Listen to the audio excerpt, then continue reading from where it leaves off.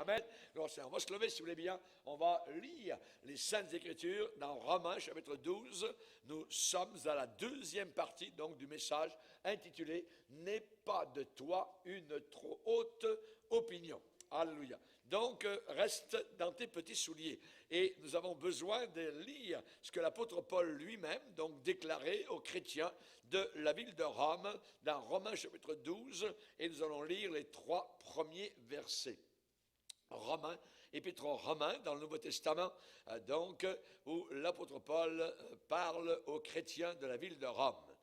12, verset 1er. Je vous exhorte donc, frères, par les compassions de Dieu, à offrir vos corps comme un sacrifice vivant, saint, agréable à Dieu, ce qui sera de votre part un culte logique, raisonnable. Ne vous conformez pas au siècle présent. Et si on prend le contraire, ça veut dire, la Bible dit, soyez des non-conformistes. Ne vous conformez pas au siècle actuel, mais soyez transformés par le renouvellement de l'intelligence, afin que vous discerniez quelle est la volonté de Dieu, ce qui est bon, agréable et parfait. Et le verset 3 qui nous intéresse particulièrement, par la grâce qui m'a été donnée, je dis à chacun de vous de n'avoir pas de lui-même une trop haute opinion, mais de revêtir des sentiments modestes, selon la mesure de foi que Dieu a départie à chacun. Amen. Alléluia. Seigneur, nous te bénissons pour ta sainte parole. Nous prions de la bénir à chacun de nos cœurs et nous te remercions, Seigneur, pour le grand privilège qui est le nôtre d'entendre ce que nous entendons dans ce local. Veuille bénir abondamment, Seigneur, les frères et sœurs qui, aux 4 coins de la terre, nous écoutent par Internet. Encourage-les, fortifie-les, Seigneur, sont nos frères, sont nos sœurs, Seigneur, et nous te bénissons de cette grande famille, Seigneur, qui est unie par le lien du sang de Jésus qui a coulé à la croix du Calvaire et qui nous a purifiés. Merci Seigneur, au nom de Jésus, amen. Et tout le peuple dit amen. Alléluia, gloire à Dieu. On peut s'asseoir, frères et sœurs. Alléluia, gloire au Seigneur. Que Dieu soit béni. Alléluia.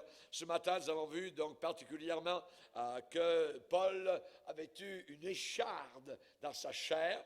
Il avait prié le Seigneur plusieurs fois. Et le Seigneur n'avait pas répondu selon le désir de Paul, mais le Seigneur lui avait simplement répondu en disant « Ma grâce te suffit.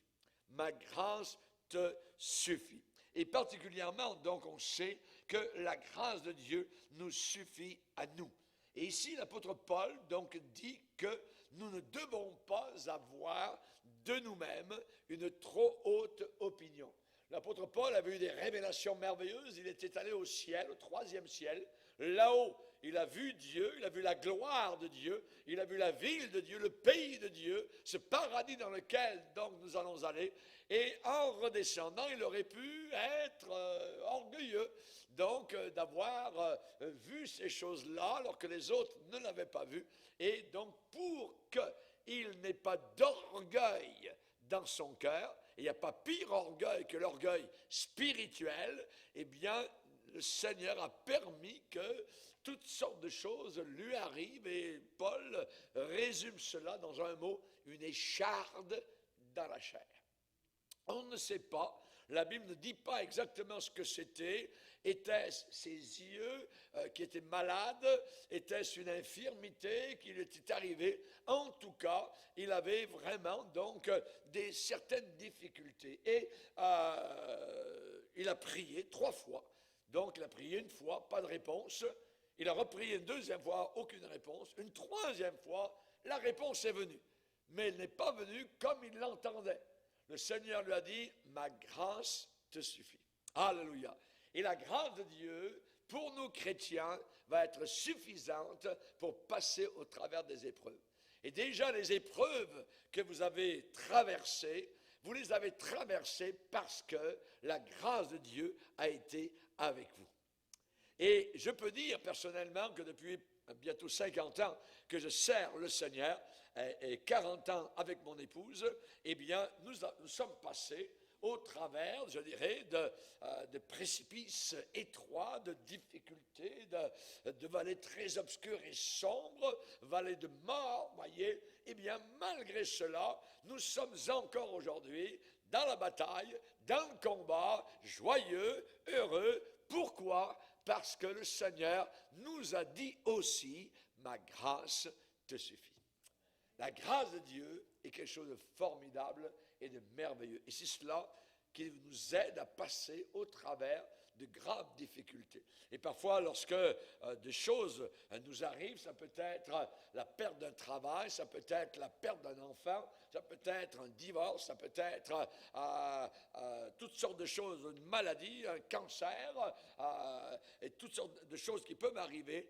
Et vous dites, mais comment vais-je passer au travers de cela? La grâce de Dieu est un mot puissant. Alléluia. Et le Seigneur est capable de te porter au travers donc de cette épreuve qui est là. Et le Seigneur désire que nos épreuves ne nous éloignent pas de lui, mais que les épreuves nous rapprochent de lui. On peut avoir deux réactions devant, je dirais, la difficulté. M'éloigner, je dirais, Dieu m'en veut, pourquoi Dieu a permis ça, et ainsi de suite. Je peux évidemment donc quasiment cracher à la face du Seigneur, lui en vouloir, être amer, ou alors je plie, ou alors je me soumets et je dis, Seigneur, je veux m'approcher de toi. Dans cette épreuve, je veux vraiment donc te bénir. Tu as donné que ton nom soit béni, tu as enlevé que ton nom soit béni, et je ne veux pas pécher en imputant au Seigneur quelque chose qui ne vient pas de lui. Donc, on sait que Paul, lui, bien, ça a été des démons. Ça a été une puissance diabolique qui l'a attaqué. Et Dieu a permis cela, et Paul emploie l'expression être souffleté. C'est un vieux mot français pour dire gifler, voyez. Donc il a été comme bing bang, giflé par un démon, voyez, et que Dieu a permis cela, donc et il va le dire, l'apôtre va le dire, pour que je ne sois pas orgueilleux. Et le Seigneur a des moyens, justement, parce qu'il nous aime, pour que nous restions toujours à un niveau, je dirais, de petitesse à nos propres yeux. Le Seigneur permet donc certaines circonstances qui nous gardent, je dirais, dans nos limites et dans nos frontières fragiles.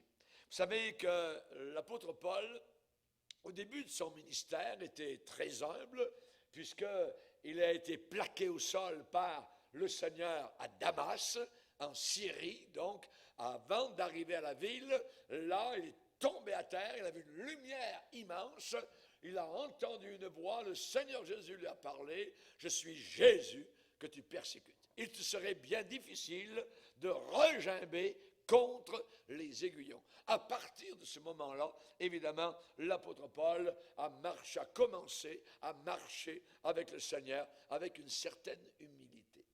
Mais l'humilité peut croître, l'humilité peut grandir, la croissance, le progrès que l'on peut faire dans le Seigneur, eh bien, n'est pas limité à une seule expérience. La première expérience du salut, c'est beau, c'est merveilleux, mais ensuite, au travers de la vie chrétienne, le Seigneur veut que nous passions par toutes sortes d'expériences. Et au début de sa vie, il était humble, vraiment humble, et il a dit, vous savez qui je suis? Je vais vous le dire. Je suis, vous savez, il y a beaucoup d'apôtres. Eh bien, moi, Paul, je suis le dernier des apôtres. Bravo. Bravo, Paul. Tu prends la place du fond. Tu prends la place, la dernière. Il a dit, je suis le dernier des apôtres. Je ne suis même pas digne d'être appelé apôtre parce que j'ai persécuté l'Église. Et il va dire qu'il est, lui, comme un avorton. C'est-à-dire comme un bébé qui ne naît pas en son temps, voyez, il n'est en rien, voyez. Je suis le dernier des apôtres. Mais ensuite, il a marché avec le Seigneur. Il a continué, évidemment, à étudier les Écritures. Il a continué à avoir des expériences avec Dieu. Et un beau jour, il écrit quelque chose et il dit, vous savez qui je suis? Je vais vous le dire. Je suis le dernier de tous les chrétiens. Il prend la dernière place, non plus des apôtres, mais maintenant de tous les chrétiens. Il dit, je suis le dernier des saints, le dernier des chrétiens. Et ensuite, à la fin de sa vie, il continue à croître et à grandir dans les voies des Seigneurs, et son humilité grandit en même temps, et il va dire, vous savez qui je suis maintenant, que j'ai les cheveux blancs, ou que j'ai plus de cheveux, je ne sais pas comment il était, mais il dit, je vais vous dire qui je suis le premier des pécheurs. Je suis le pire des pécheurs. Vous voyez un petit peu la croissance. Plus, je dirais, on grandit dans le Seigneur, plus on descend, voyez, à nos propres yeux. Et c'est ce qui est arrivé à l'apôtre Paul. Au début, dernier des apôtres, après le dernier des chrétiens, et plus tard, il va dire, je suis le premier des pécheurs, le pire des pécheurs, voyez. Donc on voit qu'il s'approchait de Dieu. Et plus nous nous approchons de Dieu, plus nous reconnaissons évidemment que nous avons besoin de grandir. Nous sommes avec en nous une nature pécheresse. Et jusqu'à la fin, évidemment, nous l'aurons collé à nous comme un cadavre que nous portons sur nos épaules. Que Dieu nous aide. L'apôtre Paul, donc, a été humilié. Le Seigneur, dans sa discipline, je dirais, a aidé l'apôtre Paul à ne pas s'enorgueillir. Et c'est la raison pour laquelle il a eu des persécutions contre lui-même, il a eu des oppositions extérieures, et même, une certaine fois, il parle que son arrêt de mort était décidé. C'était comme si c'était fait. Il dit, et nous regardions comme certains notre sentence de mort, afin de ne pas placer notre confiance en nous-mêmes, mais de la placer en Dieu. Et en écrivant donc aux Corinthiens, l'apôtre Paul relève le fait qu'il a, je dirais, il a vu donc sur sa propre vie cette sentence, cet arrêt de mort, pour ne pas mettre sa confiance en lui-même, mais en Dieu. Et il va dire quelle sorte de Dieu qu'il sert, le Dieu qui ressuscite les morts, Dieu qui est capable de le sortir donc de cette sentence de mort, le Dieu qui était capable de le délivrer. Et on sait que Paul a souffert des afflictions pour le corps de Christ, pour l'Église, voyez, dans son ensemble. Il a planté le drapeau de l'Évangile dans différentes villes païennes, totalement païennes, à Corinthe, à Rome, il est allé dans toutes sortes de villes, à Athènes, ainsi de suite. Donc il a planté le drapeau de l'Évangile partout où le Seigneur donc lui permettait de le faire. Et il a souffert pour l'Église, il a aimé l'Église, il a donné sa vie pour Jésus-Christ, premièrement, c'est vrai, mais aussi pour celle qui représente Jésus-Christ sur la terre, pour l'Église, pour les assemblées. Et il va dire aux Colossiens, je me réjouis de mes souffrances pour vous. Je me réjouis de mes souffrances pour vous. Donc, on a évidemment un aperçu dans 2 Corinthiens chapitre 11 de ces persécutions qu'il a tellement endurées, tellement souvent, à beaucoup d'occasions, donc diverses et bien plus nombreuses que ce que nous pouvons lire dans les Actes des Apôtres. Les Actes des Apôtres ne disent pas tout, voyez, comme dans Jean, on n'a pas tous les miracles de Jésus, on a quelques-uns, voyez, et l'apôtre Paul, donc, n'a pas tout dit, mais il a écrit le principal. On va lire un petit peu comment l'apôtre Paul a souffert, comment je dirais, ce scaphandrier spirituel, ce sous-marinier spirituel n'a pas coulé, n'a jamais coulé. Alors, il a réussi à survivre au travers de tout cela par la grâce de Dieu. Dans 2 Corinthiens 11, on va lire particulièrement donc à partir du verset 23. Il dit, sont-ils ministres de Christ? Je parle en homme qui extravague. Je le suis plus encore, il va dire, par les travaux, bien plus par les coups qu'il a reçus, bien plus par les emprisonnements, bien plus, souvent en danger de mort. 5 fois, j'ai reçu des Juifs 40 coups moins 1. Voyez, normalement, ça veut dire 39 coups, normalement au 40e, le gars, il y passait. Voyez, il mourait, il ne se relevait pas. Donc, généralement, eux, c'était 40 coups moins. Ils n'ont pas dit 39, c'est 40 coups moins 1. Voyez, donc c'est une grâce. Ce dernier coup, c'était pour faire survivre un peu le bonhomme. Voyez, donc 5 fois. J'ai reçu des Juifs 40 coups moins 1, 5 fois. La bastonnade, 5 fois. C'est quelque chose, ça. Voyez, imaginez. Donc, il a dû avoir des côtes cassées quelque part. 3 fois, j'ai été battu de verge. Encore un même genre. Une fois, j'ai été lapidé. C'est pire, c'est les pierres. Là, vous ne sortez pas vivant de dessous le tas de pierres. Mais lui, les frères se sont approchés quand la lapidation était finie, puis ils ont dû prier un peu pour lui, tout ça, puis pouf, il y a eu comme un miracle de Dieu. Paul s'est relevé, amen, d'une lapidation. Les pierres, paf, paf, paf, ça, vous n'en sortez pas. Eh bien, imaginez, pour le Seigneur, tout cela, 3 fois, j'ai fait naufrage. 3 fois, il a fait naufrage. J'ai passé 1 jour et 1 nuit dans l'abîme. Ça veut dire, il a été dans la mer, l'océan, en train de nager 1 jour et 1 nuit. Voyez? Et là, pas savoir, on ne sait pas comment il s'en est sorti. Est-ce qu'il y a un bateau qui est passé? Est-ce qu'il y a quelqu'un a envoyé une bouée de sauvetage? On n'en parle pas. Voyez? Je ne sais même pas si les bouées de sauvetage existaient à cette époque-là. Mais donc, simplement, il dit qu'il a été 1 jour et 1 nuit dans l'abîme. Voyez, au milieu de la mer.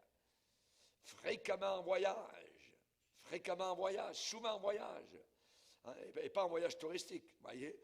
J'ai été en péril sur les fleuves, en péril de la part des brigands, en péril de la part de ceux de ma nation, en péril de la part des païens, en péril dans les villes, en péril dans les déserts, en péril sur la mer, en péril parmi les faux frères. J'ai été dans le travail et dans la peine, exposé à de nombreuses veilles, à la faim, à la soif, à des jeûnes multipliés, au froid et à la nudité. Et sans parler d'autre chose, je suis assiégé chaque jour par les soucis que me donnent toutes les églises. Donc, vous voyez un petit peu le genre, évidemment, donc de fardeau que portait sur lui, sur son cœur, l'apôtre Paul. Voyez. Et pourquoi? Eh bien, pour qu'il ne soit jamais rempli d'orgueil. Pour qu'il soit toujours maintenu, je dirais, dans un état d'humilité, pour ne pas se glorifier au-delà de toute mesure. Et évidemment, on sait qu'il a été, comme à un moment donné, livré à la mort, parce que la raison, c'est parce qu'il aimait le Seigneur Jésus-Christ. Et plus tard, il va déclarer, je prends plaisir même aux persécutions pour Jésus-Christ. Rendez-vous compte? On n'est pas encore arrivé à cela. Nous, on n'aime pas les persécutions. Voyez, je ne pense pas qu'il y ait quelqu'un ici qui aime les persécutions. Mais Paul était arrivé à un niveau spirituel où quand les persécutions lui arrivaient, eh bien, il prenait plaisir à ça. Ça ne lui faisait rien, parce qu'il savait qu'il allait passer au travers. D'une façon ou d'une autre, voyez, la grâce de Dieu lui était suffisante. Alléluia. Gloire au Seigneur. Évidemment, donc, il ressentait cela vivement. Et au soir de sa vie, donc dans sa vieillesse, eh bien, il a pu écrire à Timothée et lui dire, tu as pleinement suivi mes persécutions. Ça veut dire que tu as bien compris que pour suivre le Seigneur, tu seras persécuté. Voyez, tu as pleinement suivi mes persécutions, mes souffrances, et il va lui dire, tu te rappelles, toutes les persécutions que j'ai endurées à Icône, à Lystre, dans telle ville, on était ensemble, on était en équipe, tu te rappelles, on était obligé d'être chassés, on était obligé, là, dans tel autre endroit, on nous en met en prison, et ainsi de suite. Donc, c'était, quand l'apôtre Paul n'était pas, je dirais, à l'air libre, il était en prison. Quand il n'était pas en prison, il était pour quelque temps juste à l'air libre. Mais c'était ou l'un ou l'autre. Et on dirait qu'il passait quasiment autant de temps, je dirais, dans les épreuves, dans les difficultés, que, évidemment, donc, derrière les barreaux. On se rappelle que pour ne pas aussi se glorifier, eh bien, le Seigneur a permis qu'il y ait des gens qui le persécutent. Et par exemple, il va faire certaines recommandations à la fin de sa vie à Timothée, et il va parler d'un certain Alexandre. Voyez, s'il y a quelqu'un ici qui s'appelle Alexandre, ne vous en faites pas, voyez, c'est pas vous, mais ce personnage, voyez, eh bien, était particulièrement méchant, donc, pour l'apôtre Paul. Et il va écrire à Timothée, et Timothée ne sait pas ce qui est arrivé. Alexandre, le forgeron. Donc, son travail, c'était de travailler dans les forges. Voyez, là où on tapait le fer, là où on réparait donc les socs de charrue, ainsi de suite. C'est un homme rough, un homme dur. Alexandre, il est habitué avec le feu, la flamme, le charbon, ainsi de suite. Donc, il tape fort, il a un marteau, mais il tapait aussi sur l'apôtre Paul. Voyez, et avec sa langue. C'est un homme qui était ennemi, donc, de l'apôtre Paul. Et il va donner une recommandation. Vous savez, les gens qui disent l'amour, l'amour, l'amour, l'amour, il faut aimer tout le monde, ainsi de suite, et il y a l'amour sans sagesse, ainsi de suite. La Bible ne parle pas de cela. Et cet homme-là, qui avait fait beaucoup de mal à l'apôtre Paul, eh bien, Paul va dire à Timothée, tu sais, le forgeron, Alexandre, il m'a fait beaucoup de mal. Le Seigneur lui rendra selon ses œuvres. Garde-toi aussi de lui. Ça veut dire, méfie-toi de ce bonhomme. Méfie-toi de lui. Il n'a pas dit, aime-le, ainsi de suite. Non, c'était un homme invétéré. C'était un homme qui était à l'opposé, qui combattait l'Église, qui combattait le serviteur de Dieu. Garde-toi aussi de lui, parce qu'il s'est fortement opposé à nos paroles. Donc, c'est un homme qui s'est opposé, je dirais, ouvertement à la prédication, à l'autorité de l'apôtre Paul. Et Paul va écrire à Timothée et dit, tu te rappelles, Alexandre, le forgeron, méfie-toi de ce gars-là. Méfie-toi de lui. Oui, il m'a fait beaucoup de mal. Le Seigneur lui rendra selon ses œuvres.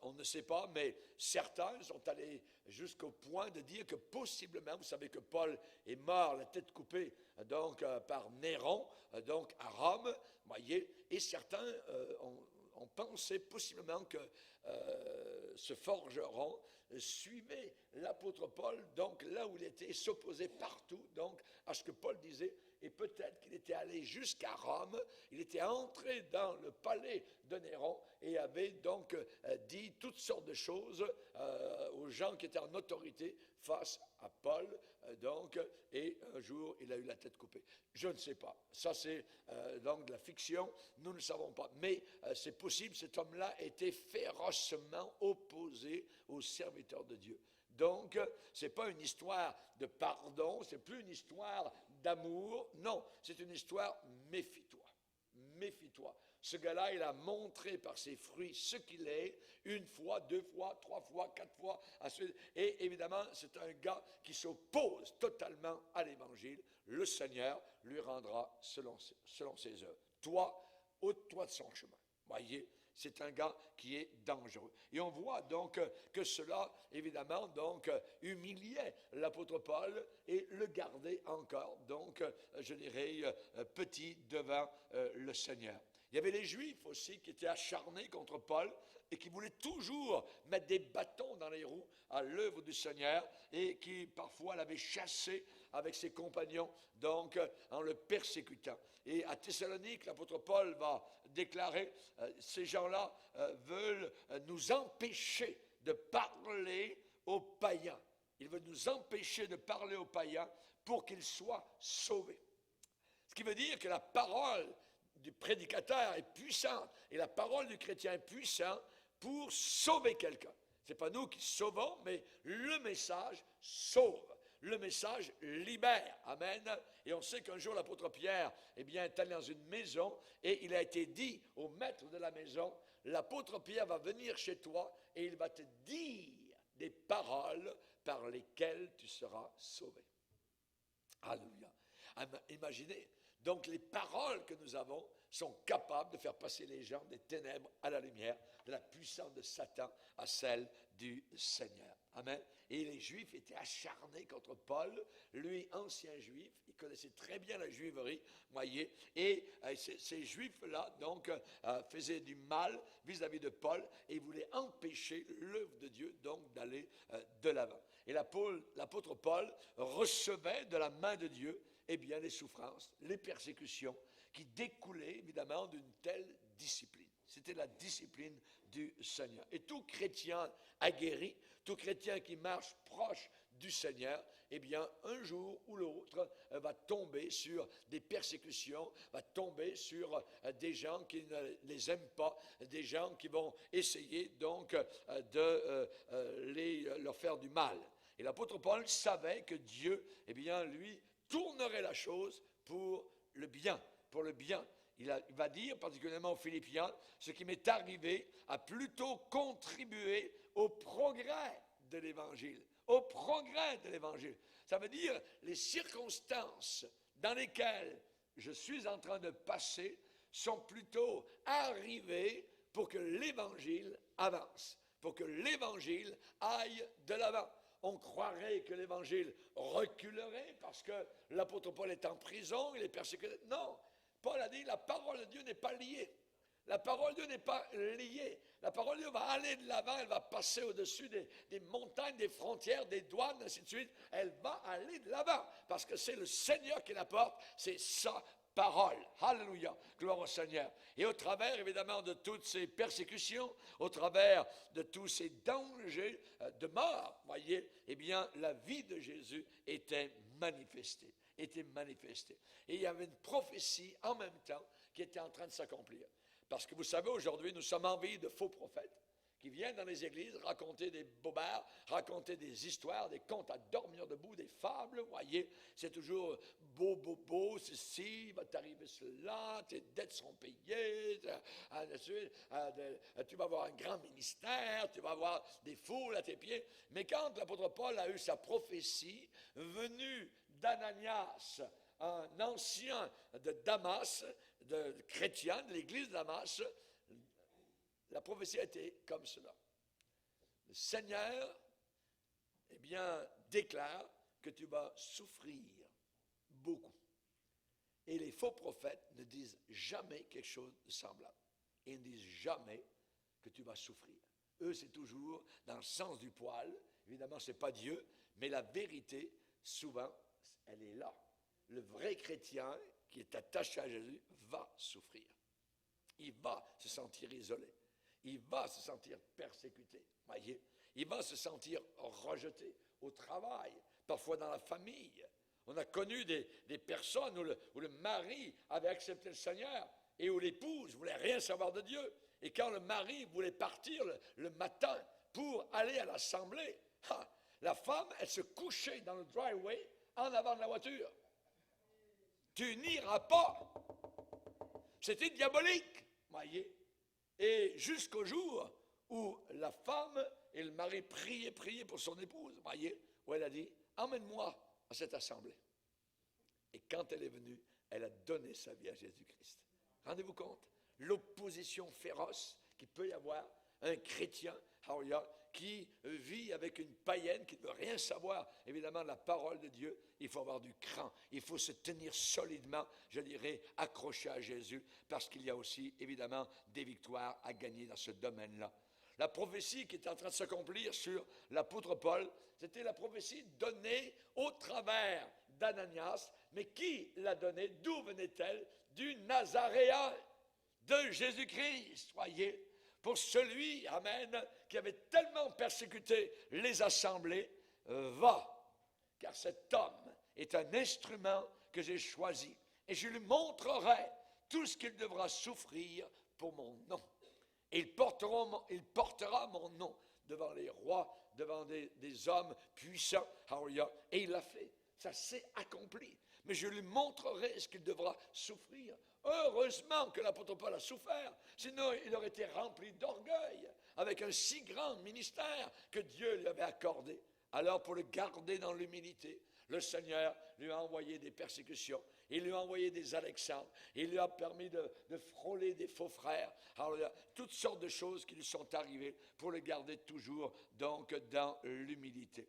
Et il est arrivé quelque chose, c'est que le persécuteur du début, maintenant, était persécuté. Le persécuteur du début était persécuté. Et il comprenait très bien, il se rappelait cette prophétie qui lui avait été donnée quand il était à Damas, de la bouche d'Ananias. Ce vase de terre appelé Paul, eh bien, devait être brisé, devait être cassé. Pourquoi? Pour que la lumière intérieure puisse resplendir. Vous vous rappelez l'histoire de Gédéon? Ces hommes, l'armée de Gédéon, 32 000 au départ, ils ont fini par 300. 300. Mais 300 totalement dépouillés. 300 totalement consacrés. À leurs pieds, en pleine nuit, juste là, à quelques mètres d'eux, il y a une armée féroce, très armée, 135 000 Madianites devant 300 petits, je dirais, hommes, mais des hommes qui ont entre leurs mains une cruche et à l'intérieur de la cruche, un flambeau. Et lorsque Gédéon a déclaré « Brisez les cruches », pof, il devait rester en place. Ces hommes avaient tout misé. Ces hommes étaient sous le contrôle du Saint-Esprit. Ces hommes étaient dépouillés de leur vieille nature. Le pot était brisé et la lumière flambait. Et les ennemis en face se sont entretués. Rendez compte le cran qu'il fallait avoir, le contrôle de leur vie. Ils sont à quelques mètres des ennemis et ils tiennent juste un flambeau et à leurs pieds, il y a une cruche en 1000 morceaux. Si vous voulez que les ennemis soient vaincus, si vous voulez que la lumière qui est dans le pot, amen, puisse briller dans ce monde, il faut que le pot soit brisé. Être brisé de cœur. Ô Dieu, tu n'as aucun dédain pour un cœur brisé et contrit. Un cœur brisé, c'est quelque chose de merveilleux. Nous devrions remercier le Seigneur pour toutes les fois où nous avons pleuré.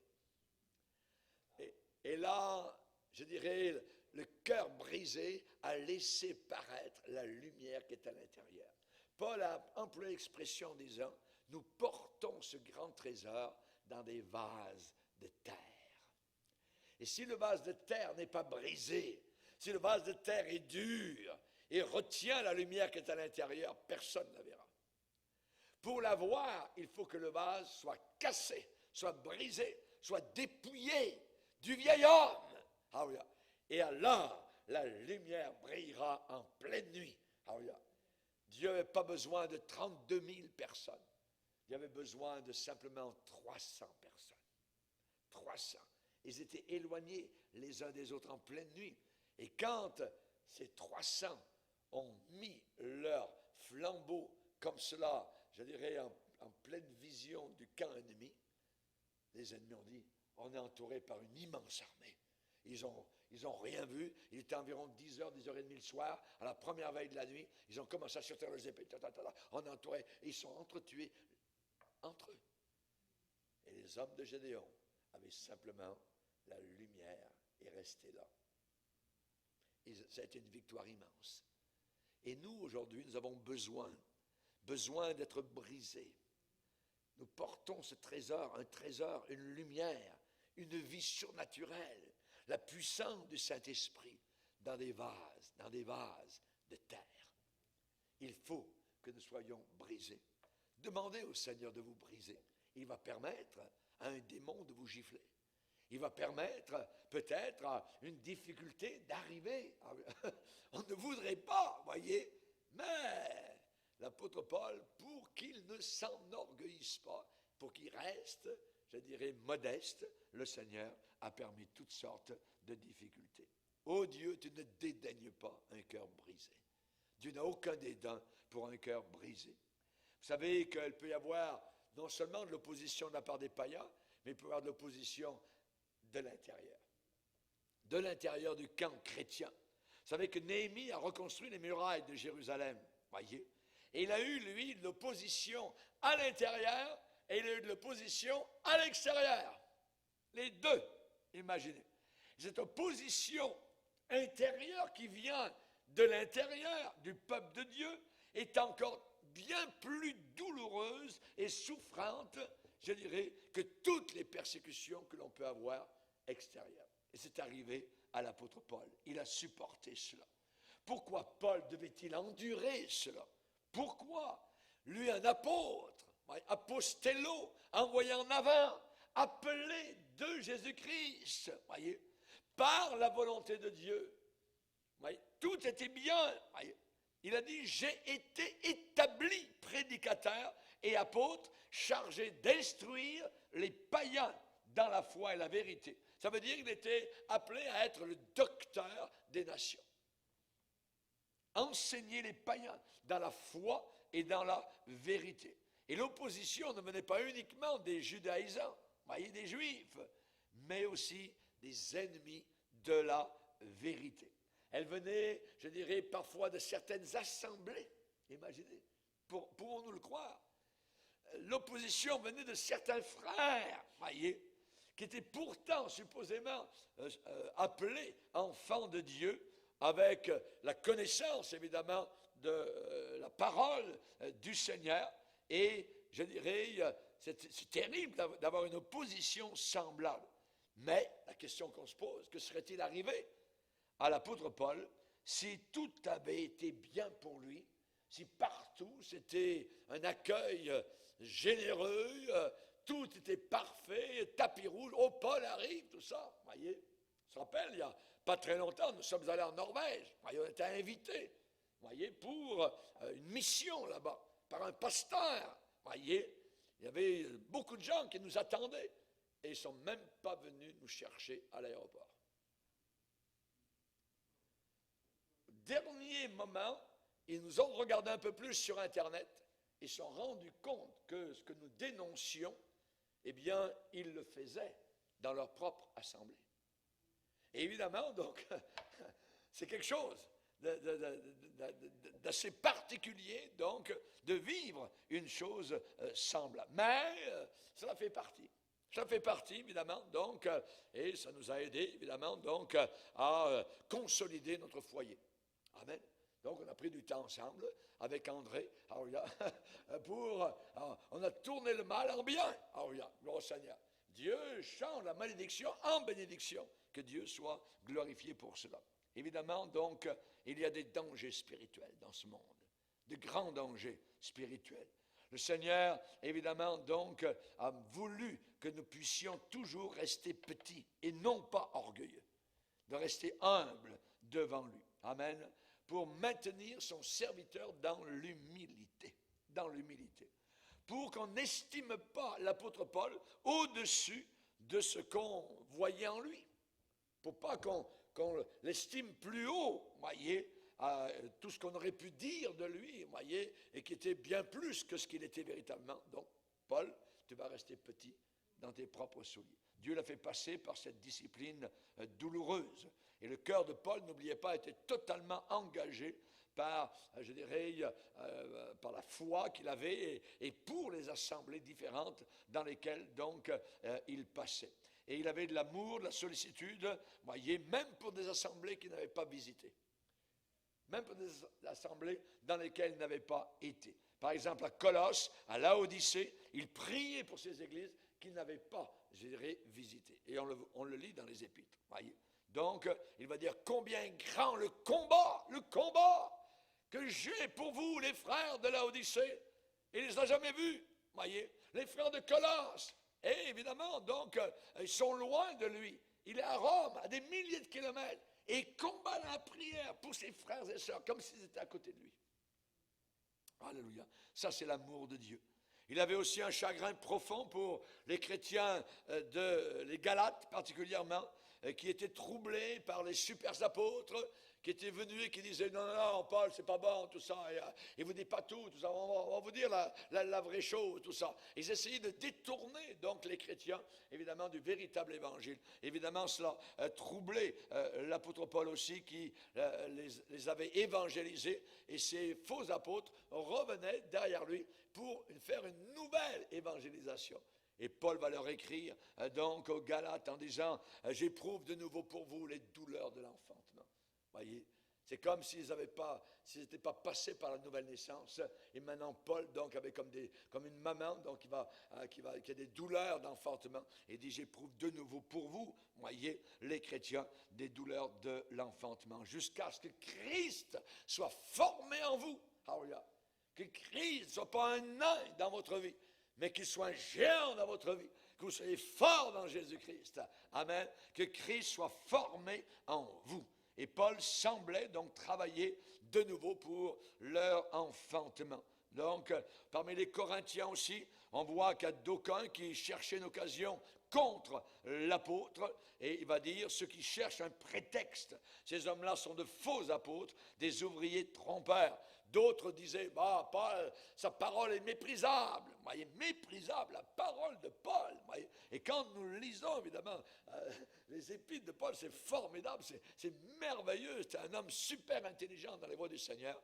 Et certains disaient, non, Paul, c'est méprisable. Vous voyez, c'est méprisable. Et évidemment, d'autres avaient recours, en allant plus loin, à la calomnie. D'autres directement, donc, calomnier l'apôtre Paul. Et avec mélancolie, c'est certain, l'apôtre Paul, donc, devait leur dire, eh bien, j'aurais dû être recommandé par vous. J'aurais dû être recommandé, vous auriez dû me recommander, voyez. Et il va dire, c'est par vous que je devais être recommandé, car je n'ai été inférieur en rien à ces super apôtres, voyez, par excellence. Et il va dire, quoique je ne sois rien. Quoique je ne sois rien. Amen. Donc, aux Philippiens, c'est pareil. Il parle de ceux qui croient, donc, susciter quelque épreuve à l'apôtre Paul. Et dit, ceux-là sont animés d'un esprit de dispute. Ouais, animés d'un esprit de dispute. D'autres prêchent l'évangile avec de bonnes intentions. Mais d'autres les prêchent. On peut prêcher la bonne chose avec une intention mauvaise. Imaginez. Et c'est Dieu qui va juger au dernier jour, évidemment, les motifs du pourquoi les choses sont faites dans sa maison. S'il y a évidemment une opposition similaire qui nous arrive, à nous, les vases de terre, eh bien, acceptons. Acceptons cet exercice de cette discipline. On est sur le chemin de Dieu. On n'est pas en dehors de Dieu. Alors, persévérons. Vous avez besoin de persévérance afin qu'après avoir accompli la volonté de Dieu, vous obteniez ce qui vous est promis. Amen. Et à la fin, l'apôtre Paul, eh bien, pouvait écrire en disant, maintenant la couronne m'est réservée. J'ai combattu le bon combat. Amen. J'ai combattu, j'ai achevé la course. Alléluia. Et on sait qu'à la fin de sa vie, eh bien, ça ne s'arrangeait pas plus. Pourquoi? Parce qu'à la fin de sa vie, à la fin de son ministère, avant qu'il ne quitte la terre, eh bien, il a pu déclarer que tout le monde l'avait abandonné. Rendez-vous compte? Tous les chrétiens avaient abandonné l'apôtre Paul. Il était tout seul. Voyez? Tous ceux qui sont en Asie m'ont abandonné, ça veut dire se sont détournés de moi. Voyez? Et il y avait un homme qui est venu d'Éphèse, qui a pris le bateau, qui s'appelait Onésiphore, et qui est allé jusqu'à Rome pour avoir des nouvelles de l'apôtre Paul. Et il semble qu'aucun chrétien ne voulait donner des nouvelles de Paul. Où est-ce qu'est Paul? On ne sait pas. On sait pas. Pourquoi? Parce que c'était dangereux pour leur petite vie. Voyez? Il savait où il était. Il était en prison. Il était en prison, la prison Mamertine à Rome. Voyez?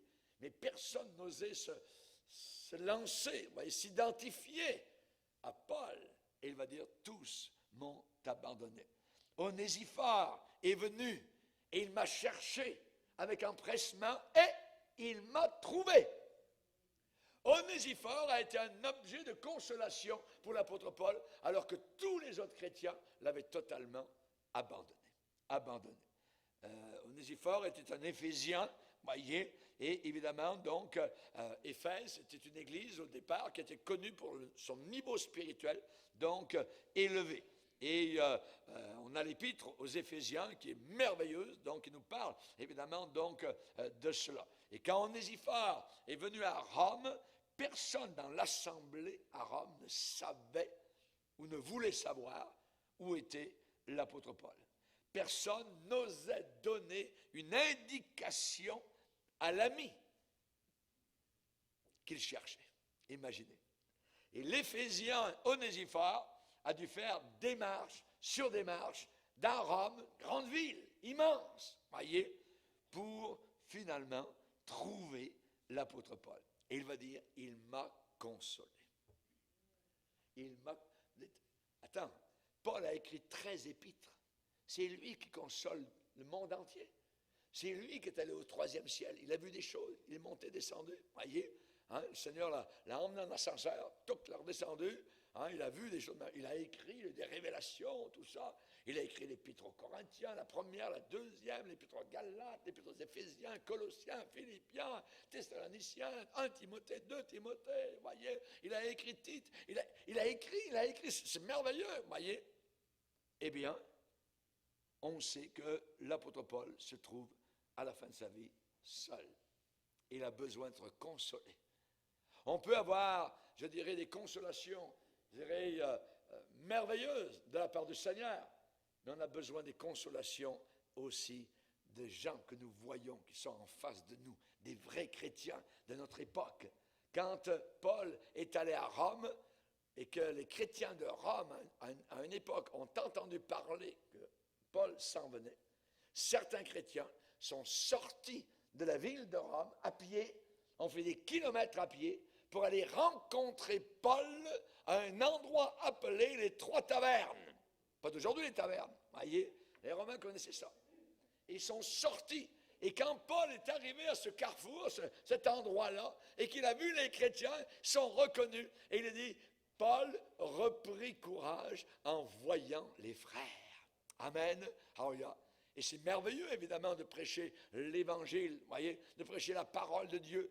Mais on ne veut pas prêcher à des chaises vides. On veut prêcher à des gens qu'on voit, à des visages qui sont là. Amen. Des visages qui sont avec nous, qui apprécient la parole de Dieu, qui sourient, qui louent le Seigneur ensemble. Amen. Et même l'apôtre Paul, donc, ce grand apôtre qui a écrit une grande partie du Nouveau Testament, avait besoin de voir les frères pour reprendre courage. Alléluia. Et pourtant, il était rempli du Saint-Esprit. Mais les frères, on a un pouvoir. Raison pour laquelle, entre pique-nique l'autre jour, amen, on a eu un bon temps, on s'est vus ensemble, alléluia, on a partagé ensemble, on a mangé ensemble, on a joué ensemble, on a chanté ensemble, alléluia, et ça nous fait du bien, on a besoin de cela, alléluia, on a besoin de cela. Il y a tellement de difficultés dans ce monde. Alors, les chrétiens ont passé des difficultés et vont en passer encore. On a besoin des uns et des autres. Et Paul va dire d'Onésiphore, il m'a cherché avec beaucoup d'empressement. Il m'a cherché avec beaucoup d'empressement et il l'a trouvé. Et ça a consolé l'apôtre Paul. Onésiphore, c'est toi! Mais que c'est merveilleux, tu es venu depuis Éphèse, si loin. Comment tu as réussi à savoir où j'étais? Tu sais, tous les chrétiens m'ont abandonné. Ils m'ont tous abandonné. Et toi, tu es venu. Tu m'as cherché avec beaucoup d'empressement et tu m'as trouvé. Alléluia. Gloire au Seigneur. Eh bien, on voit évidemment donc que le fruit de la discipline nous amène à ne pas se lasser. À ne pas se lasser. Voyez? Et on doit avoir ce sentiment que ce que nous avons reçu, c'est par la grâce de Dieu. Ce n'est pas nous qui avons cherché particulièrement. C'est lui qui s'est révélé à notre cœur. Amen. Et nous avons le sentiment que sans lui, nous sommes des vases sans aucune valeur. Nous n'avons aucune valeur. Nous sommes de l'argile de ce monde. Et c'est la valeur que nous avons maintenant, c'est parce que le potier est venu, a pris l'argile dans sa main, a modelé et a fait un vase. Amen. Alléluia. Et évidemment, c'est lui qui nous accorde la valeur que nous avons. Alors nous avons des sentiments modestes. Des modestes. Alléluia. Et ça nous donne aussi ce que l'apôtre Paul, évidemment, a reçu, une grande patience. Une grande patience. Voyez, le fruit de tout ce que la discipline de Dieu nous fait traverser, nous donne de la patience, de la persévérance, de continuer, à ne pas lâcher. Que 1000 tombent à ta droite et 10 000 à ta gauche, tu ne seras pas atteint.